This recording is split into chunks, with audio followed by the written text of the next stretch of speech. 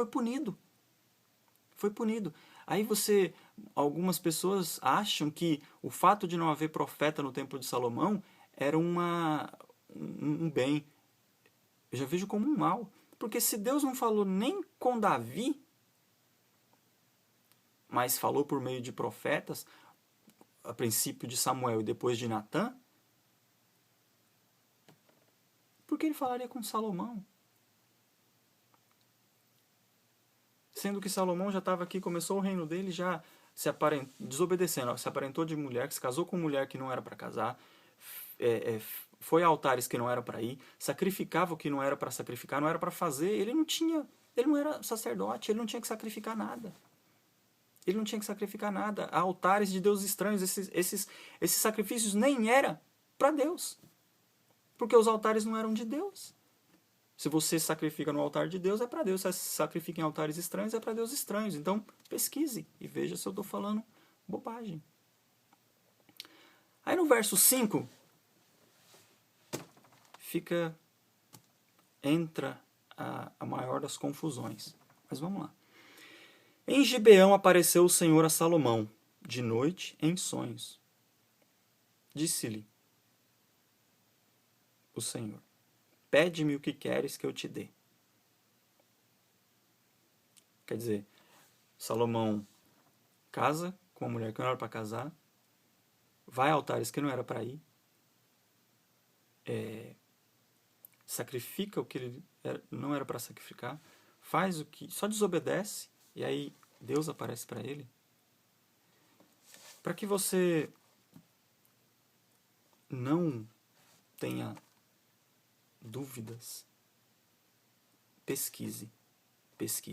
Mas eu vou deixar para lá o sonho que está escrito aqui. Se você quiser ler, eu acho que não faz sentido ler, não é interessante. Mas ele falou que teve um sonho. Só que essa é a vez em que ele diz que o Senhor falou com ele.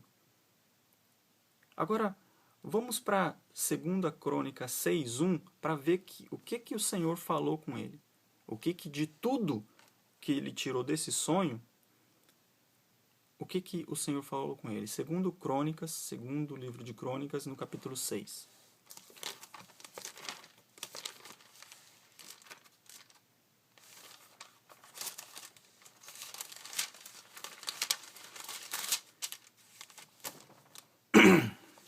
Diz assim, 2 Crônicas 6, capítulo 6, no verso 1. Então, disse Salomão. Então, isso aqui já é depois o templo já havia sido construído. Isso foi na abertura, na inauguração do templo. E você vê que ele vai falar com o povo, vai fazer uma oração e ele está consciente do que ele está fazendo, mas ele sabe o que ele está fazendo e é errado, e eu vou mostrar aqui, mas depois ele vai fazer uma oração sabendo que está errado, mas ele quer ainda, não é pedir perdão, mas é dar um jeitinho. Nós sabemos, e se você for lá em 1 João, no capítulo 1, verso 5, tem algo lá muito interessante que nós sabemos. Mas vamos ler primeiro aqui e depois a gente vai lá. Diz assim, 2 Crônicas 6, verso 1. Então disse Salomão: o Senhor declarou que habitaria nas trevas. Edifiquei uma casa para a tua morada, lugar para a tua eterna habitação. Voltou então o rei o rosto e abençoou a toda a congregação de Israel, enquanto ela se mantinha em pé. E disse: bendito seja o Senhor, o Deus de Israel, que falou pessoalmente a Davi, meu pai, e pelo seu poder o cumpriu, dizendo. Ele está mentindo. Nós sabemos que Deus nunca falou pessoalmente a Davi. Se você for lá em 2 Samuel 7, você vai ver que Deus nunca falou pessoalmente a Davi. Ok? Ele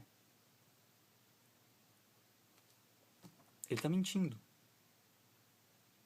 Eu quero, se você achar discordar, você pode postar aí, colocar. Eu vou ler ainda 1 Crônicas 28 e nós vamos ver que também lá tem mais uma mentira. Mas se você vê que Deus falou com Davi em algum lugar, você pode postar aí nos comentários que eu vou procurar ler. Mas ele disse assim: Bendito seja o Senhor, o Deus de Israel, que falou pessoalmente a Davi, meu pai, e pelo seu poder o cumpriu, dizendo: Desde o dia em que eu te tirei, em que eu tirei o meu povo da terra do Egito, não escolhi cidade alguma de todas as tribos de Israel para edificar uma casa, a fim de ali estabelecer o meu nome. Nem escolhi homem algum para chefe do meu povo de Israel, mas escolhi Jerusalém, para que ali seja estabelecido o meu nome, e escolhi Davi para chefe do meu povo de Israel. Também Davi, meu pai, propusera em seu coração edificar uma casa ao nome do Senhor, o Deus de Israel. Olha só, ele diz o que Deus disse para Davi, e depois ele diz que Davi propôs no coração edificar uma casa ao pai.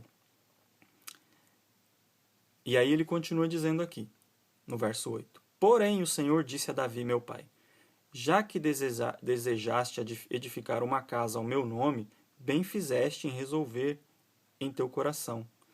Todavia, tu não edificarás a casa, porém teu filho, que descenderá de ti, ele edificará ao meu nome. Ele a edificará ao meu nome.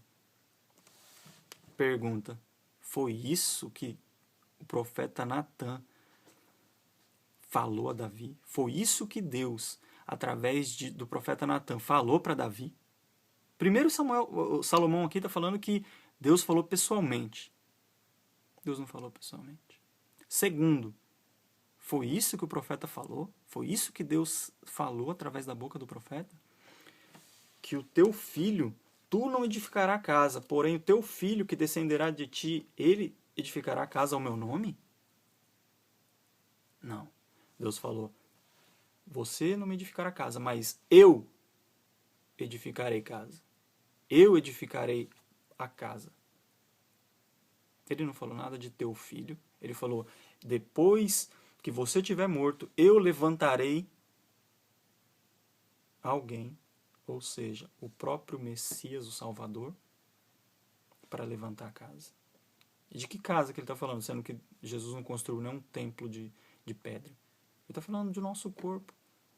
Tanto é assim que quando Jesus estava expulsando lá os cambistas do templo, os fariseus vieram e falaram para ele: que autoridade você tem? Ele disse: derrubam esse templo, derrubem, e eu reconstruo em 3 dias. Ele estava falando da morte dele, ele estava falando de coisa espiritual, ele estava falando da ressurreição dele. Então, quer dizer, ele desprezou o templo de pedra, ele falou: derrubam. Não está escrito, mas para mim, bem dizer, ele disse assim: derrubem essa porcaria, que eu reconstruo o templo verdadeiro, a casa verdadeira, em 3 dias. Ele estava falando do templo, o corpo dele. E a partir de então, esse é o templo, o nosso corpo. Mas vamos lá. Assim cumpriu o Senhor a sua palavra. Continuou Salomão dizendo, né? Assim cumpriu o Senhor a sua palavra que tinha dito. Pois me levantei em lugar de Davi, meu pai, e me assentei no trono de Israel, como prometera o Senhor, e edifiquei a casa ao nome do Senhor, o Deus de Israel. Que casa que ele edificou ao Deus de Israel, sendo que já chamava Templo de Salomão, e até hoje todo mundo conhece como Templo de Salomão? Nela pus a arca em que estão as tábuas da aliança que o Senhor fez com os filhos de Israel. Ele pegou a arca, ele era rei, ele pegou e enfiou lá. E depois você pode ler, você vai ver, mas Deus foi lá. Foi lá porque ele tinha compromisso com a arca, nunca com o templo. E continua no verso 12. Pôs Salomão diante do altar do Senhor, na presença de toda a congregação de Israel, e estendeu as mãos. Porque Salomão tinha feito uma tribuna de bronze de 5 côvados de comprimento, 5 de largura e 3 de altura, e a pusera no meio do pátio. Pôs-se em pé sobre ela, ajoelhou-se em presença de toda a congregação de Israel, estendeu as mãos para o céu e disse: Ó Senhor Deus de Israel, não há Deus como tu, nos céus e na terra, como tu que guardas a aliança e a misericórdia a teus servos, que de todo o coração andam diante de ti. Ou seja, agora aqui ele estava orando na presença do povo, então ele tinha que orar ao Deus verdadeiro. que cumpriste para com o teu servo Davi, meu pai. O que lhe prometeste pessoalmente, o disseste, pelo teu poder o cumpriste, como hoje se vê. Deus não prometeu nada disso. Essa oração aqui é só para o povo ver. Agora, pois, ó Senhor Deus de Israel, faze a teu servo Davi, meu pai, o que lhe declaraste, dizendo: não te faltará sucessor diante de mim, que se assente no trono de Israel, contanto que teus filhos guardem o seu caminho, para andarem na lei diante de mim como tu andaste. Agora também, ó Senhor Deus de Israel, cumpra-se a tua palavra que disseste a teu servo Davi. Mas de fato habitaria Deus com os homens na terra? Eis que os céus e até o céu dos céus não podem te conter, quanto menos esta casa que eu edifiquei. Salomão sabia. Ele sabia que Deus não habitaria ali. Como que ele fala que vai construir uma casa para Deus, depois ele está orando, falando, eis que os céus e até os céus dos céus não podem te conter, quanto menos esta casa que eu edifiquei. Não faz sentido ele fazer essa oração sendo honesto para Deus, porque ele sabe que ele está ali falando para o povo ver. Então não faz sentido nenhum. Agora, tem um ponto importante que eu propositadamente passei direto, mas eu quero voltar nele. No verso 1 de 2 Crônicas 6, Salomão diz assim, está escrito assim: então disse Salomão, o Senhor me declarou que habitaria nas trevas. Esse é o seu Deus? Esse é o nosso Deus?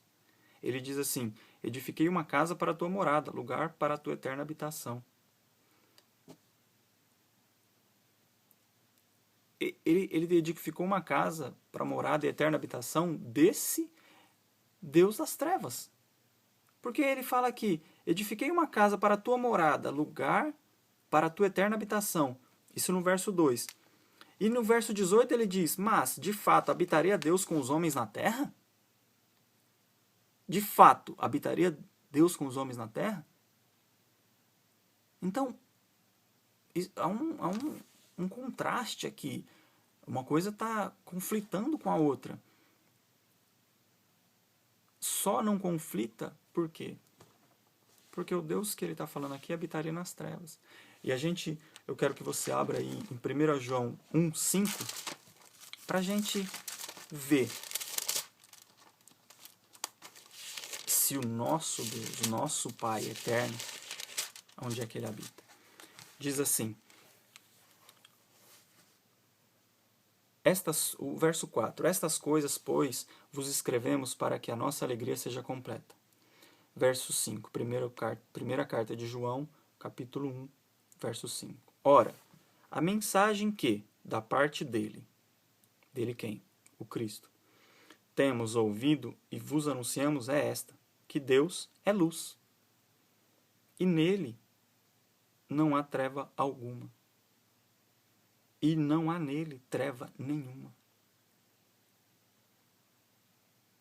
Então, peraí. Voltemos ao 2 Crônicas 6:1.